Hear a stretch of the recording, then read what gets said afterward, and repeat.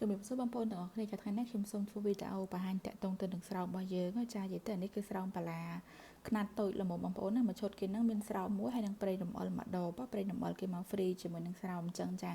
ម្លៃគេតែ$15ទេបងប្អូនណាតម្លៃធូរថ្លៃល្មមយើងអាចប្រើប្រាស់បានអញ្ចឹងចាសេវាដឹកសេវាផ្សាំគឺយើងគិតផ្សេងចាសាច់ស្រោមគឺទន់អលោងម៉ត់ស្អាតដូចក្នុងវីដេអូហ្នឹងអញ្ចឹងបងប្អូនណាហើយគឺយឺតបងប្អូនណាយឺតមែនតើចាយឺតអញ្ចឹងចា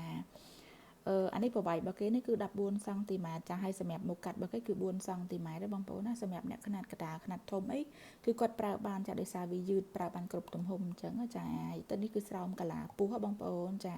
កាឡាអញ្ចឹងប៉ុន្តែកាឡារបស់គេគឺទុនទេចាគឺសាច់គេគឺទុនល្មើយតែម្ដងចាអានេះក៏អត់តប្រវែងតតិចមែនតើបងប្អូនណាគឺនេះដល់ខាងក្នុងតែម្ដងចាអញ្ចឹងសម្រាប់បងគាត់ចង់បានស្រោមបាឡាតម្លៃ$15ចាមាន free ប្រេងអំអិលមួយដបសេវាដឹកសេវាផ្ញើយើងគិតផ្សេងណាបងប្អូនសម្រាប់នៅភ្នំពេញយើងដឹកជូនបានសម្រាប់នៅខេត្តយើងផ្ញើជូនបានចាអញ្ចឹងសម្រាប់អ្នកគាត់ចង់បានណាអាចតាក់ទងមកតាមរយៈ Telegram លេខខាងលើនេះបានណាបងប្អូនណាចានិយាយទៅគឺទុនម៉ត់តែម្ដងប្រើទៅគឺធានាថាអត់មានឈឺចុកចាប់ដល់ខាងនារីអីទេចាគឺជំនួយអារម្មណ៍នារីតែម្ដងចាគេមានឯកលក្ខនេះតិចសម្រាប់ជំនួយអារម្មណ៍នារីបន្ថែមទៀតអញ្ចឹងណាបងប្អូនចានេះសម្រាប់អ្នកគាត់ខ្នាតតូចខ្នាតកណ្ដាលក៏គាត់ប្រើបានណាដោយសារប្រវែងរបស់គេគឺល្មមទំហំរបស់គេក៏មិនធំដែរទំហំគេគឺ4សង់ទីម៉ែត្រចា